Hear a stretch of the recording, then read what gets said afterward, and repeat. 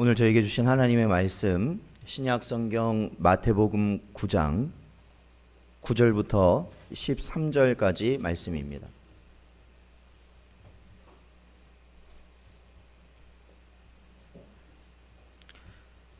마태복음 9장 9절부터 13절까지 말씀 저희 한 절씩 교독하겠습니다. 예수께서 그곳을 떠나 지나가시다가 마태라 하는 사람이 세관에 앉아 있는 것을 보시고 이르시되 나를 따르라 하시니 일어나 따르니라.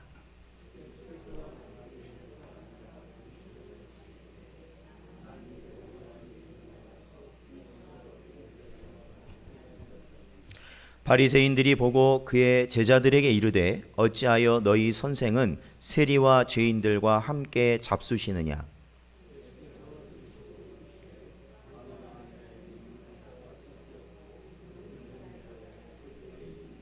함께 읽겠습니다. 너희는 가서 내가 긍휼을 원하고 제사를 원하지 아니하노라 하신 뜻이 무엇인지를 배우라. 나는 의인을 부르러 온 것이 아니요 죄인을 부르러 왔노라 하시니라. 아멘. 기도하겠습니다.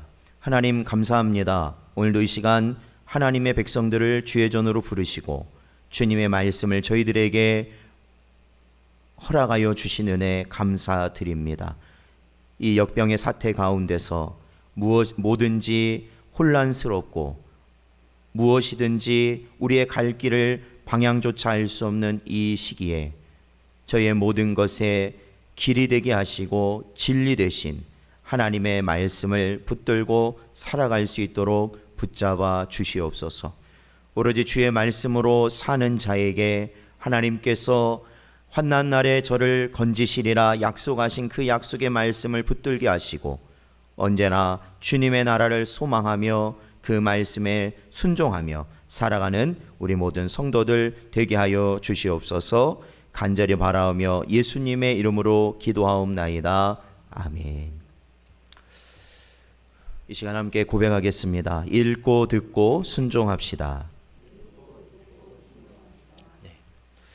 오늘 본문 말씀 마태복음 9장 9절부터 13절까지의 말씀은 지난 본문이었던 마태복음 9장 1절부터 8절까지의 말씀과 같은 맥락에서 저희들이 이해해야 되는 그러한 본문 말씀입니다. 그래서 마태복음 9장 1절부터 8절까지 중에 예수님께서 이 중풍병자를 고치시는 이러한 이적을 나타내실 때에 예수님께서 우리에게 알고 하시고자 한 것은 바로 6절에 있는 말씀인데요. 자, 저희 9장 6절 말씀을 같이 읽어보겠습니다. 시작. 그러나 인자가 세상에서 죄를 사하는 권능이 있는 줄을 너희로 알게 하려 하노라 하시고 중풍병자에게 말씀하시되 일어나 내 침상을 가지고 집으로 가라 하시니 아멘. 그렇습니다. 예수께서는 이 중풍병자를 고치시는 이 이적 앞에 죄 사함의 권능을 가지신 분이 자기라는 것을 만방에 알리시기 위한 그러한 사건을 바로 저희가 지난 본문을 통해서 살펴보았습니다. 즉 예수님께서는 어떤 분이신가? 병을 낫게 하는 분, 또한 우리의 문제를 해결해 주시는 분, 우리의 배고픔을 해결해 주시는 분, 그리고 힘으로 다른 원수들을 물리쳐 주시는 분으로만 우리가 기억하는 것이 아니라 가장 중요한 예수님에 관한 가장 중요한 핵심은 예수 그리스도로 인하여 우리의 죄가 용서함을 받을 수 있다라는 겁니다. 그러니까 죄 용서함이에요. 죄 용서함. 그것은 결국 무엇을 또한 의미하냐면 바로 우리가 죄인이라는 겁니다. 죄인. 우리는 죄인입니다.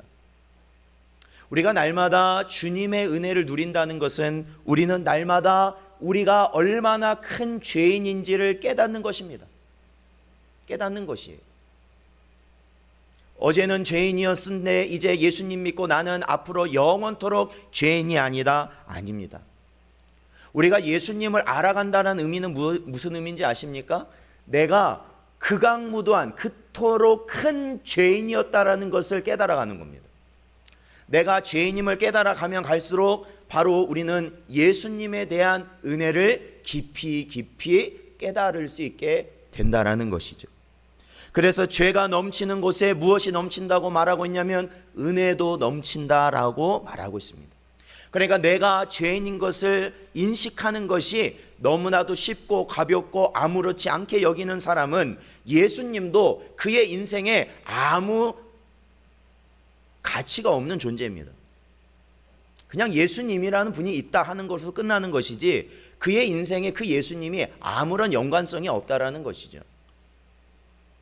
그러므로 사랑하는 성도 여러분, 오늘날 이 시대에 이제 역병이 유행하고 이로 인하여서 정말로 지금까지 우리가 누려왔던 모든 문명의 또한 모든 경제적 모든 발전과 그러한 편리함과 우리의 무엇일까요? 사람으로서의 우월함을 느끼게 할 정도의 모든 것들이 점점 무너지기 시작하고 있어요. 어떻게 대처해야 될지조차 모르는 상황 앞에 있다라는 것이죠.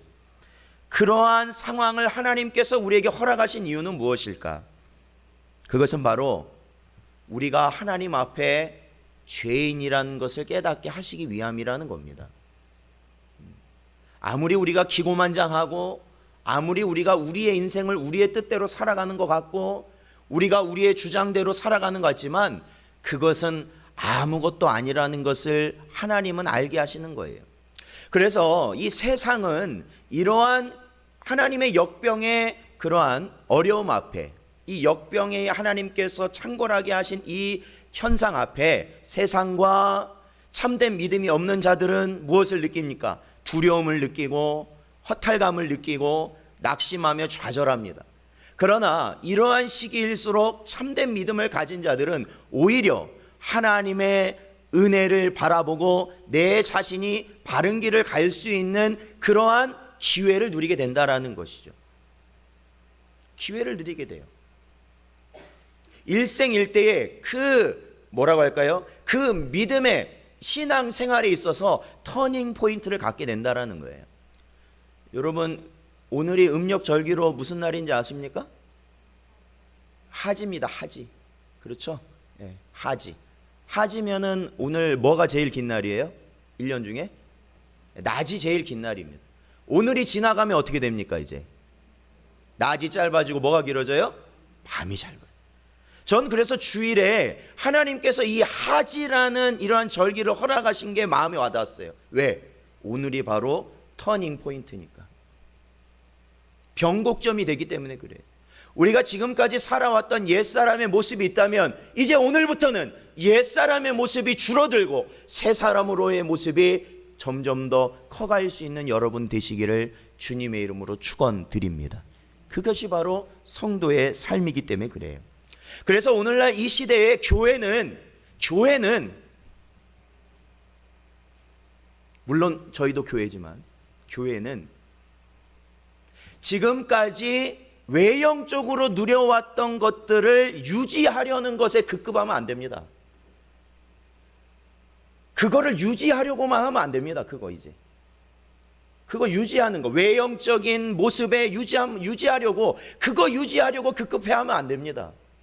많이 모였던 사람의 수 아니면 많이 모였던 재정적 어떠한 그런 것에 급급하면 안 됩니다. 이제는 본질적으로 들어가야죠. 본질적으로. 그것은 바로 우리는 죄인이고 그것을 인정해야 할 때만 우리는 주님 앞에 나아갈 수 있다는 것을 교회는 인정해야 됩니다. 성도들은 인정해야 됩니다. 가장 먼저는 목회자가 인정해야 되는 것이에요.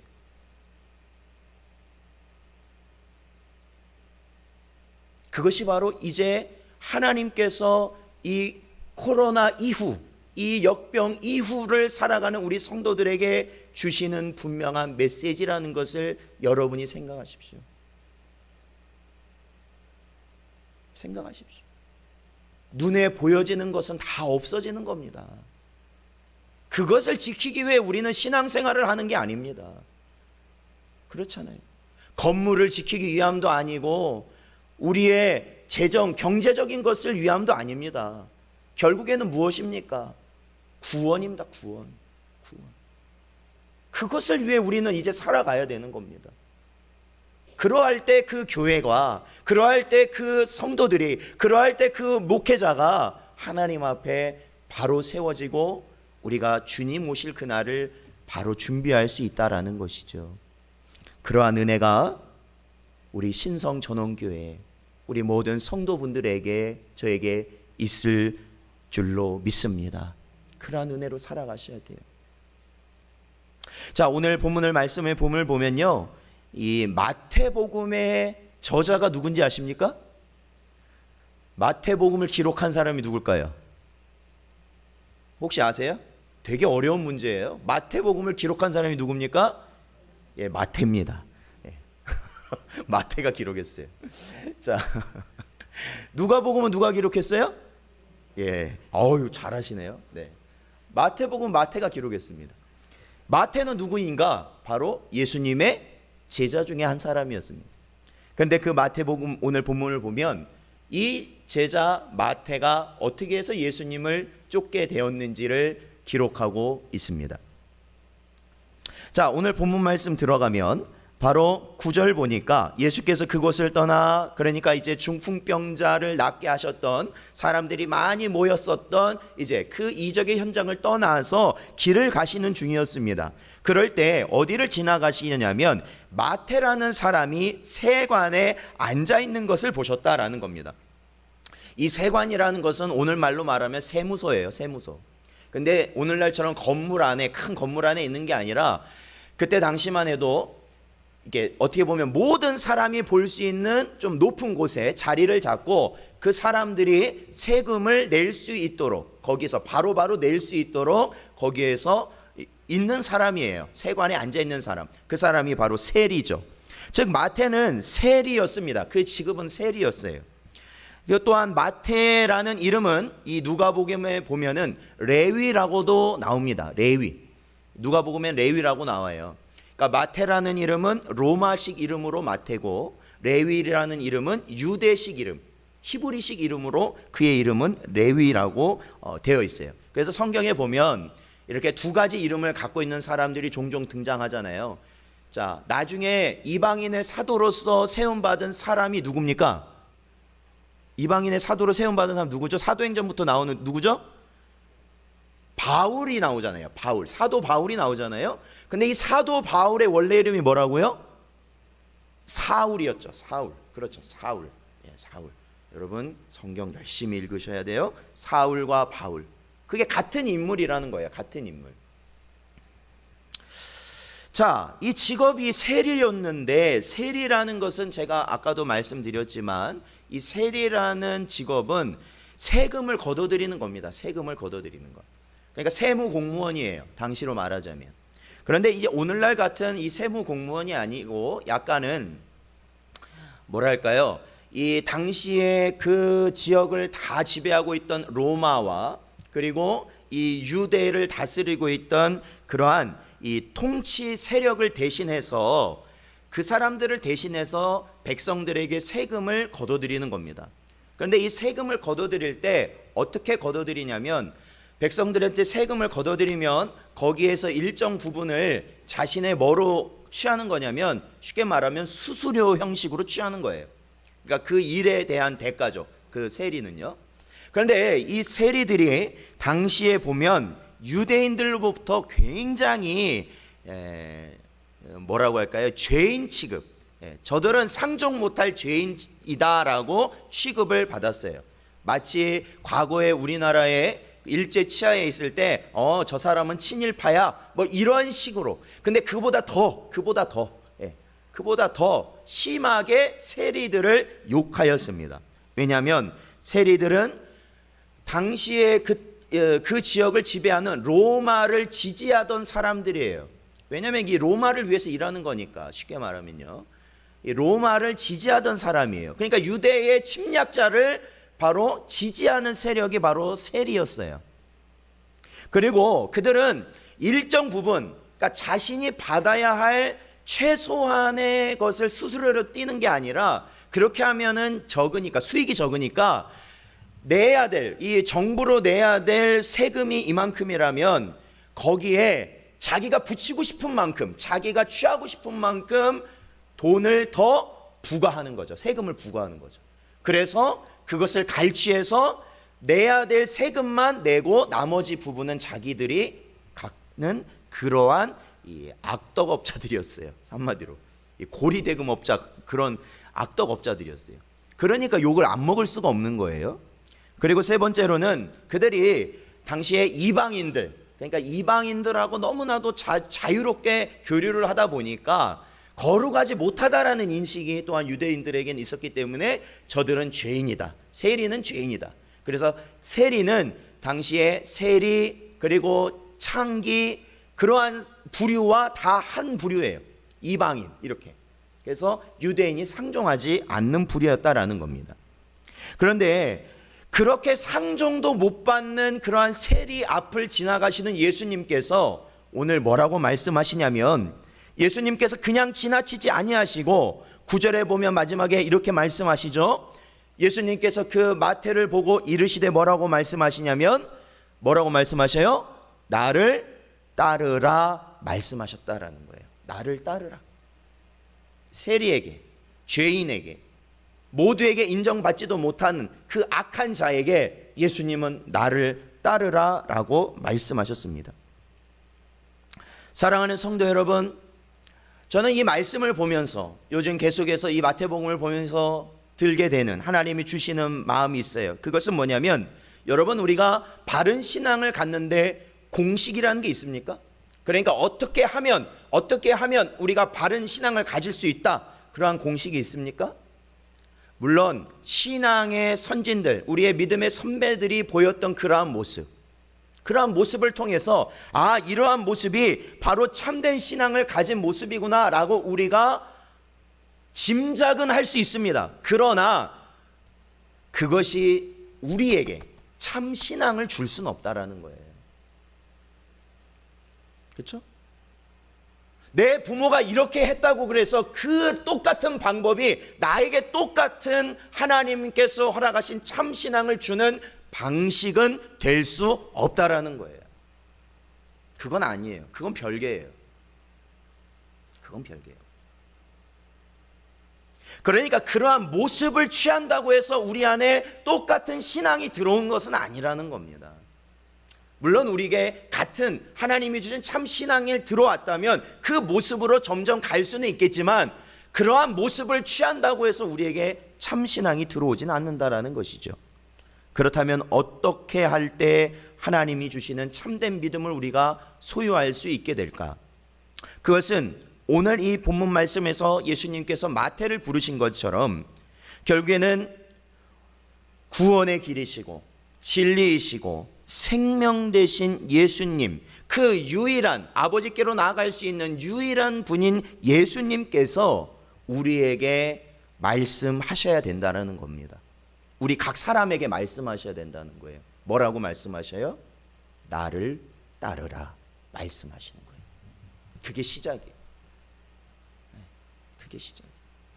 그러니까 이 마태와 같이, 세리 마태와 같이 그 전까지는 거룩이라는 것과는 전혀 별개의 삶을 살았던 이 사람이든지, 이런 사람이든지, 아니면 뭐 부모를 따라서든지 어떻게 해서든지 억지로 그냥 신앙생활하면서 그냥 교회 나가는 게 고통스러워, 그냥 그게 싫어, 제일 싫은 거 교회 나가는 거, 그러한 삶을 살아왔든지, 중요한 것은 예수님께서 그의 마음 가운데 나를 따르라 말씀하실 때 우리는 참 믿음을 가질 수 있게 되는 것이다 라는 겁니다.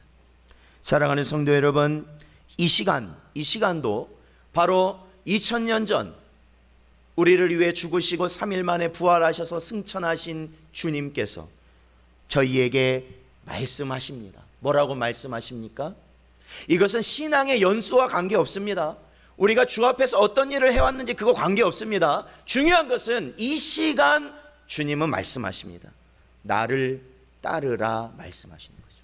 나에게 나를 따르라. 마태는 그 말씀을 듣고 어떻게 했다고 9절에 말하고 있습니까? 일어나 따르니라 라고 오늘 성경은 기록하고 있습니다. 그렇죠. 일어나 따랐다. 이게 무엇입니까?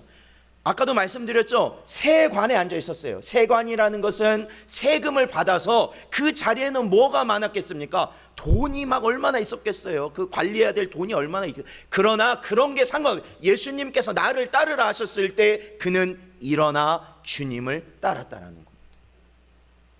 이게 바로 하나님의 택한 백성, 하나님께서 죄인을 부르시고 구원의 길로 인도하시는 놀라운 능력이라는 거예요. 저가 어떻게 살아왔는지 그게 중요한 것이 아닙니다. 중요한 게 아니에요.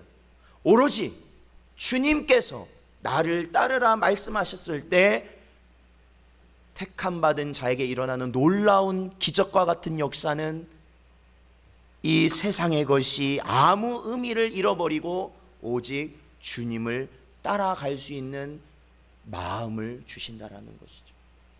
그럼 이 시간에도 그러한 은혜가 있으시기를 축원드립니다. 나를 따르라 하신 주님의 말씀이 들려야 되는 거예요.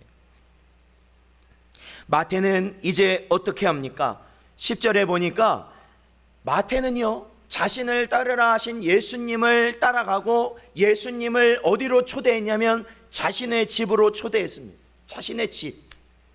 그 집이 작진 않았을 것 같아요. 왜? 세리는 부유했으니까. 당시에 일반적으로 부유했어요. 왜? 얼마나 착취를 많이 했는지 재산이 많았다라는 거예요. 예수님을 모시고 마태는 잔치를 베풉니다. 그 잔치에 어떻게 하냐면 예수님 외에 예수님 제자들과 또한 다른 많은 사람들, 그러니까 자신이 초대할 수 있는 사람들은 보통 누굴까요? 자기와 같은 세리들이었을 것이고 세상으로부터 죄인 취급받는 이방인들, 그런 사람들이었을 겁니다. 관계된 사람이 그런 사람들이죠. 그는 유대의 권력자들과 가까웠기 때문에 권세도 있었을 것이고 그는 명예도 있었을 것이고 어떻게 보면은 재물도 많아서 아무리 유대인들이 너 나쁜 놈이야 아무리 욕을 해도 그 사람 뒤에서 욕하지 앞에서는 욕 못할 겁니다. 왜냐하면 잘못 보이면 어떻게 돼? 당장이라도 군대를 끌고 올 수 있는 사람이 세리들이었어요. 공권력을 사용할 수 있단 말이에요. 그러니 앞에서 그런 말 못하죠. 뒤에선 해도.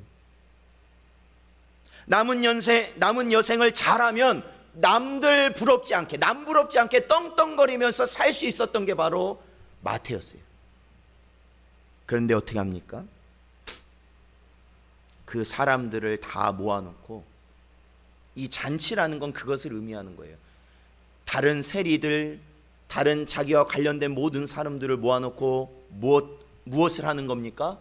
나는 이제 여기 계신 주님을 따르겠다라고 선언하는 자리예요.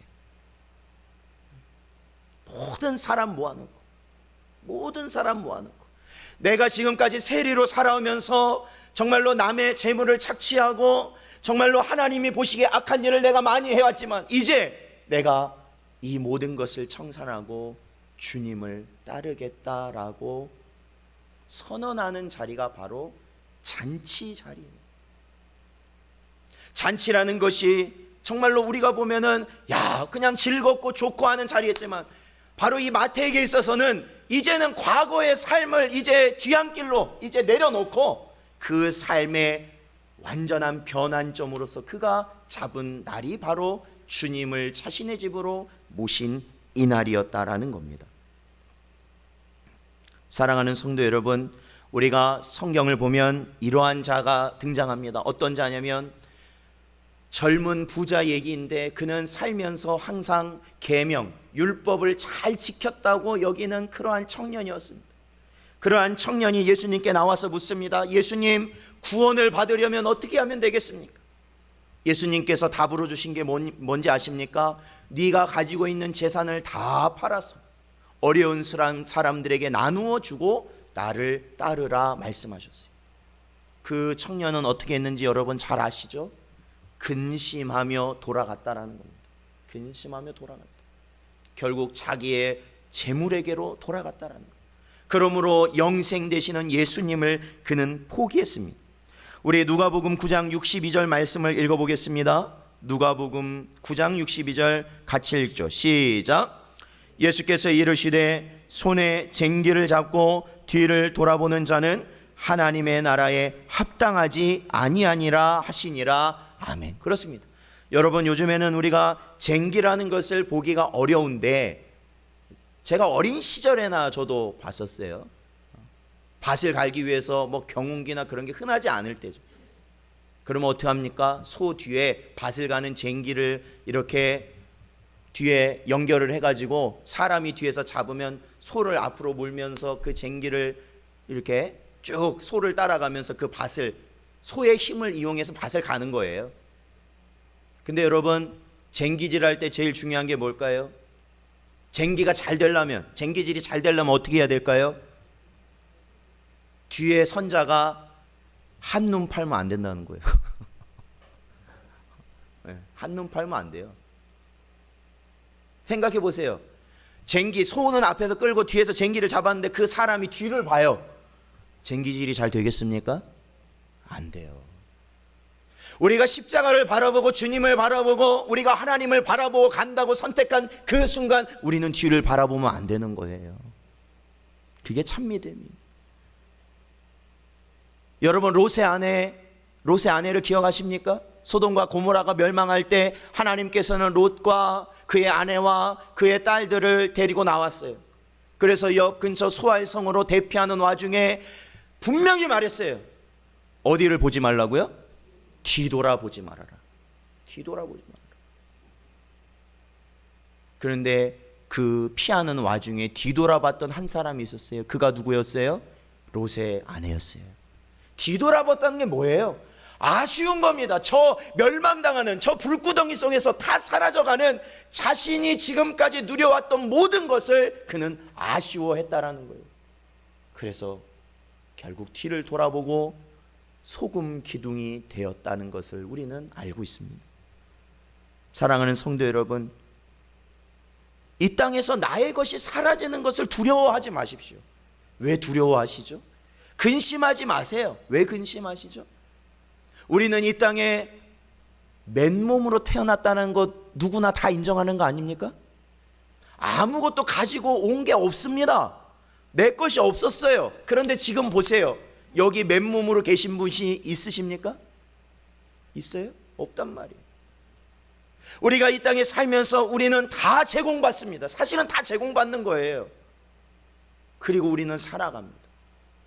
그리고 어느 시점이 되면서부터 우리는 하나하나 우리의 삶에 중요하다고 여겼던 것들을 잃기 시작합니다.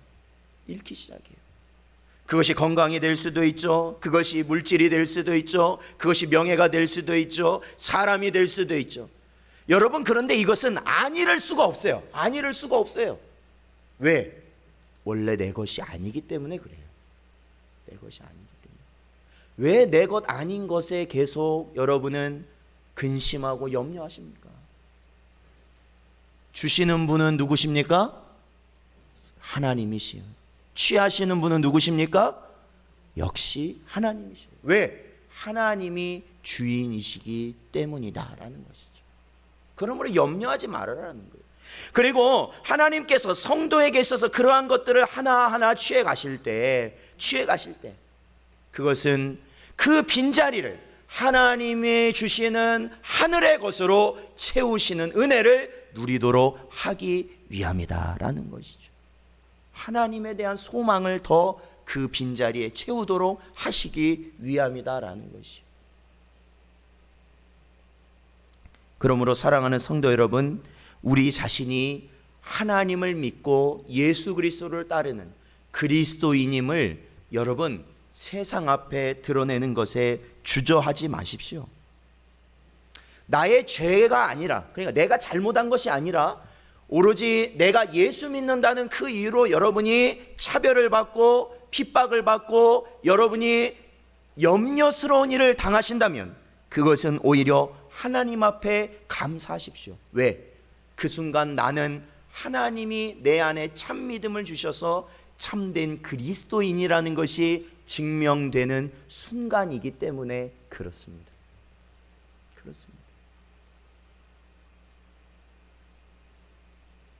오히려 우리는 이러할 때에 그러한 참 그리스도인이 될 수 있기를 우리는 준비해야 되는 것이죠. 준비해야 되는 것이죠. 오늘날 보십시오.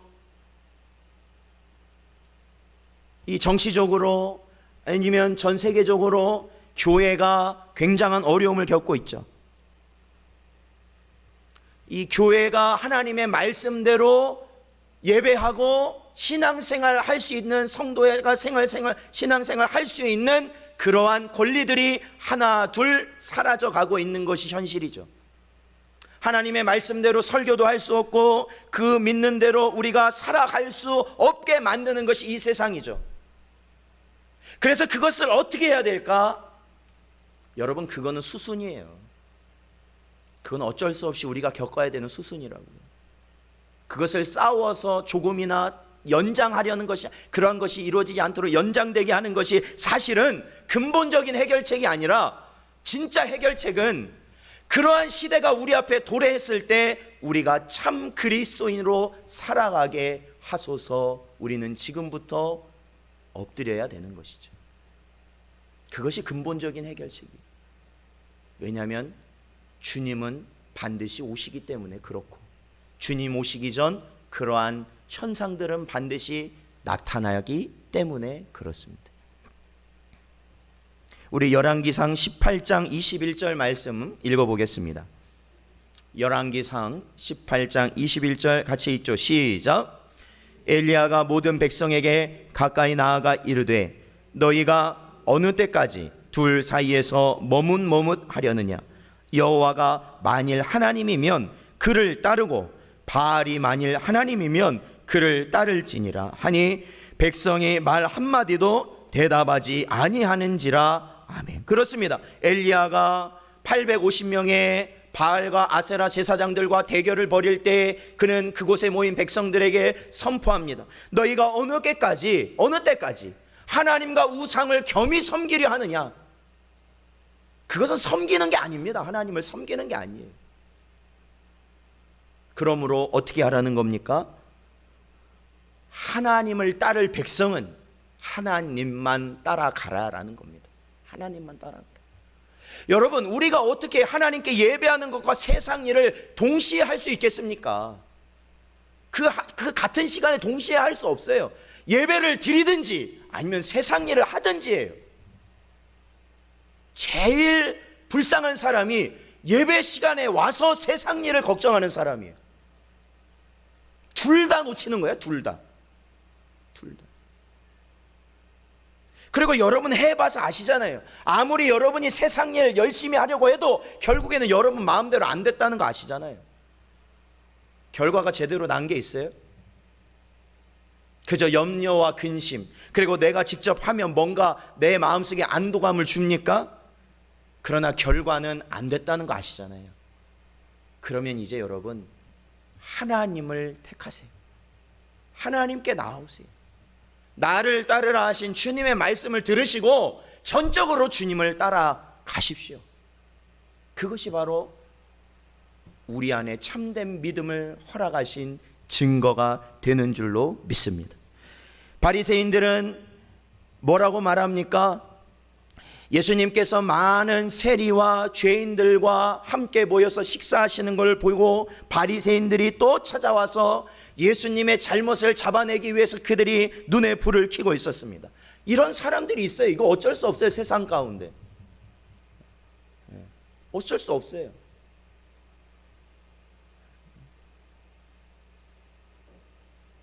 설교하고 있을 때 누가 일어나서 목사를 고발하는 순간이 온다라는 거예요. 어쩔 수 없어요. 그 바리새인은 무엇을 문제 삼았습니까? 왜 죄인, 왜 이방인과 예수님이 함께 식사를 하느냐라는 거예요. 그것은 율법으로 잘못됐다. 그것은 죄라고 이 바리새인들은 말하고 있는 거예요.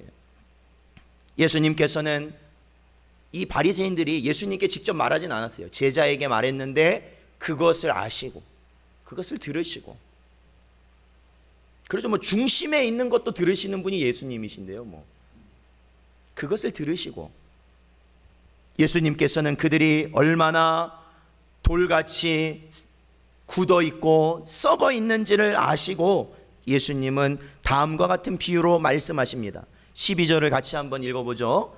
읽겠습니다. 시작. 예수께서 들으시고 이르시되 건강한 자에게는 의사가 쓸데없고 병든 자에게라야 쓸데있느니라. 아멘. 이 비유가 무슨 의미입니까? 바로 이 바리새인들은 자신들이 해석한 율법을 준수함으로, 즉 자신들이 생각할 때 하나님의 말씀은 이렇다라고 그러한 생각 가운데 자신들이 해석한 걸 지키는 자기들은 어떠한 사람이라고 생각하냐면 건강한 사람이라고 생각한 거예요. 바리새인들은 영적으로 건강한 사람이다. 하나님 앞에 건강한, 하나님이 보시기에 건강한 자들이다라고 생각한 거예요. 그러나 그들은 자신의 영적 질병에 대해서는 도무지 알지 못했다라는 것이죠. 도무지 알지 못한다. 예수님께서는 죄 사함의 권능을 지니신 자신, 즉 예수님은 나의 죄를 해결해 주실 수 있는 분이다 라는 것을 깨닫고 내가 죄인이오니 주여 나를 불쌍히 여기소서 하며 엎드린 자들만 주님께서는 만나 주신다 말씀하신 거예요. 자, 그래서 13절에 보면 예수님께서는 이와 같이 말씀하십니다. 너희는 가서, 너희는 누구냐면 바리새인들이죠. 내가 긍휼을 원하고 제사를 원하지 아니하노라 하신 뜻이 무엇인지 배우라 말씀하십니다. 이 말씀은 호세아서 6장 6절의 말씀을 예수님께서 인용하신 것인데, 자, 이 그들이 너희가 가서, 이들이 누구라고요? 바리새인들이에요. 바리새인들은 어떠한 자들이에요? 율법에 뭐한 자들이냐면 능통한 자들이란 말이에요. 율법을 다 외우고 있는 자들이에요. 쉽게 말하면 구약을 다 외우고 있는 사람들이란 말이죠. 그런데 예수님이 그들을 향해서 뭐라고 말해요? 다시 배우라라는 거예요. 다시 배우라. 너희가 지금 잘못 알고 있으니 다시 배우라라는 겁니다. 어떤 의미입니까? 제사라는 것은 뭘까요? 종교적 의식이죠. 종교적 의식이에요. 모든 종교적 의식을 말하고 있어요. 그러니까 결국 하나님께서 이 율법의 핵심이 뭐라는 거예요? 단순히 종교적 의식만을 너희들이 지키는 것이 중요한 게 아니라 바로 무엇이 있기를 원하시냐면 긍휼함이 있기를 원하신다라는 거예요. 우리 안에 긍휼함, 긍휼함이 뭡니까? 사랑이에요. 사랑. 다른 이를 불쌍히 여기는 그 마음이 있기를 원하신다라는 거예요. 자, 우리 야고보서 2장 8절 읽어보겠습니다. 야고보서 2장 8절 같이 읽죠. 시작. 너희가 만일 성경에 기록된 대로 내 이웃 사랑하기를 내 몸과 같이 하라 하신 최고의 법을 지키면 잘하는 것이거니와. 아멘. 그렇습니다. 내 몸을 내 몸과 같이 사랑한다는 것이 어디에 기록되어 있다고요? 성경에 기록되어 있다. 성경이라는 건 뭐냐? 이 야고보가 말하고 있는 이 성경이라는 것은 오늘날 우리의 성경이 아니라 구약 성경이에요. 구약. 그때 당시로 보자면 구약이란 말이에요. 즉 이 율법이라는 것에서 말하고 있는 게 뭐냐? 내 이웃을 뭐하라? 내 몸과 같이 사랑하라라는 거예요. 사랑. 하나님을 사랑하고 내 이웃을 사랑하라는 것이 바로 율법의 중심인데, 바리새인들은 어떻게 하고 있어요? 하나님 앞에 제사 드리고 11조 드리고 그러한 것은 열심이지만 종국에는 뭘 버렸다라는 거예요? 세리와 같은 자들, 창기와 같은 자들, 연약한 자들은 그들이 다 외면하고 버렸다라는 거예요. 자신에게 육신적 유익이 없는 자들은 다 갖다 버렸다라는 거예요. 그러니 주님은 다시 호세아서 6장 6절의 말씀을 너희가 깨달으라 말씀하신 거예요. 그렇습니다. 예수님께서는 13절에 보면 결론적으로 이렇게 말씀합니다. 예수님은 의인을 부르러 온 것이 아니야.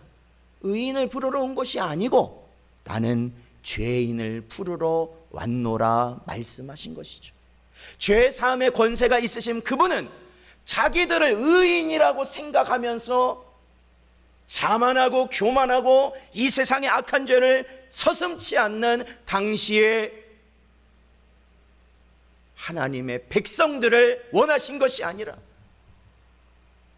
나는 죄인이로소이다 엎드리며 하나님 앞에 가슴을 치며 울부짖으며 주님의 긍휼하신 죄 사함의 은혜를 누리고자 하는 당시의 세리들과 병자들과 창기들을 오히려 부르러 오셨다 말씀하신 거예요. 누가복음 15장 7절 말씀 읽어보겠습니다. 같이 읽죠. 시작. 내가 너에게 이르노니 이와 같이 죄인 한 사람이 회개하면 하늘에서는 회개할 것 없는 의인 99으로 말미암아 기뻐하는 것보다 더하리라. 아멘. 그렇습니다. 그래서 우리가 전도의 사명이라는 걸 갖는 겁니다. 사실은 전도의 사명을 갖는 거예요. 왜? 하나님이 가장 기뻐하시는 것이 무엇인가? 정말로 우리가 모든 것을 갖추고 정말로 경건하고 너무나도 홀리하게 하나님 앞에 예배하는 그 순간을 하나님께서는 사실을 원하시는 것. 그 이상 하나님은 이 땅에 하나님을 알지 못하고 예수 그리스도를 알지 못하여 죄 가운데서 허덕이는 그 한 사람이 주님이 나의 구원자이십니다 고백함으로 주께 돌아오시는 것을 하나님은 원하신다라는 것이죠. 천국에서 그것을 하나님은 천사들과 함께 기뻐하신다라고 말씀하시죠. 가장 큰 기쁨, 가장 큰 기쁨. 죄인은 누구입니까? 자신의 삶이 헛되다는 것을 깨닫는 거예요. 내 삶이 헛되구나. 내가 잘하려고 너무나도 애썼지만 그 모든 것이 악한 결과만을 낳았던 것을 우리는 깨닫는 거예요. 악한 결과만을 낳은 것을 깨닫는 거예요. 또 지금까지 예수님을 나의 구원자로서 우리가 신앙생활을 한 것이 아니라 다른 목적, 습관으로 해왔던 나의 모습을 인정하는 것이에요. 마태복음 9장 16절 17절 말씀 보면은 예수님께서 두 가지 비유를 말씀하십니다. 첫 번째 비유는 생배, 배옷 아시죠? 배옷. 그 생배 조각을 낡은 배옷에 붙이지 않는다. 두 번째는 새 포도주는 새 부대에 담아야 한다라는 겁니다. 왜 생배 옷 조각을 낡은 옷에 붙이지 않습니까? 생배는 낡은 옷을 오히려 떨어지게 만든다라는 거예요. 그게 성질이 강하기 때문에 하지. 그리고 새 포도주는 어떻습니까? 여러분 아마 저도 그런 거 종종 경험하고 있는데 김치를 큰 통에서 먹다가 이제 조그만 통으로 이게 얼마 안 남아서 옮기다 보면은 어떤 일이 있어요. 이거를 두 통에 담기에는 두 통에 담기에는 너무 적고 그렇다고 한 통에 담기에는 또 이게 조금 이게 가득 찰랑말랑해요. 그런데 이제 경험이 없다 보면 그냥 한 통에 꽉꽉 눌러서 담지. 그렇게 해놓고 김치를 한 통에 꽉꽉 눌러서 담아서 뚜껑을 아예 탁 덮어가지고 냉장고에 넣어놓고 한 2, 3일 있다 냉장고에 가면 어떡합니까? 냉장고가 피를 흘리고 있어요. 냉장고 앞에 가면 냉장고가 피를 흘리고 있어. 이게 뭐지? 보면 그 김치통에서. 왜요? 발효가 되잖아요. 김치라는 게. 그냥 국물이 막 흘러 넘치는 거죠. 새 포도주도 마찬가지예요. 새 포도주도 그게 발효가 된다라는 거예요. 우리도 포도주를 담그지 않습니까? 발효가 돼요. 그러면 그게 팽창이 돼서 낡은 가죽부에다 넣었다가는 그냥 다 찢어버리는 거예요. 그러니까 새 가죽부대에 해야 그것이 늘어나면서 그 팽창하는 것을 감당할 수 있다라는 것이죠. 여러분, 천국 복음이라는 게 뭔지 아십니까? 바로 생배옷 조각이고 새 포도주입니다. 이것을 옛사람의 모습으로는, 옛날 생각으로는 도저히 감당할 수 없습니다. 감당할 수 없어요. 믿어지지도 않아요, 그게. 자, 우리 디도서 3장 5절 말씀 읽겠습니다. 디도서 3장 5절 같이 읽죠. 시작. 우리를 구원하시되 우리가 행한 바 의로운 행위로 말미암지 아니하고 오직 그의 긍휼하심을 따라 중생의 씻음과 성령의 새롭게 하심으로 하셨나니 아멘. 그렇습니다. 바로 이게 뭐입니까? 성령 하나님을 인하여서 우리가 깨끗하게 씻음을 얻어 새 사람이 되어야 된다. 새 사람.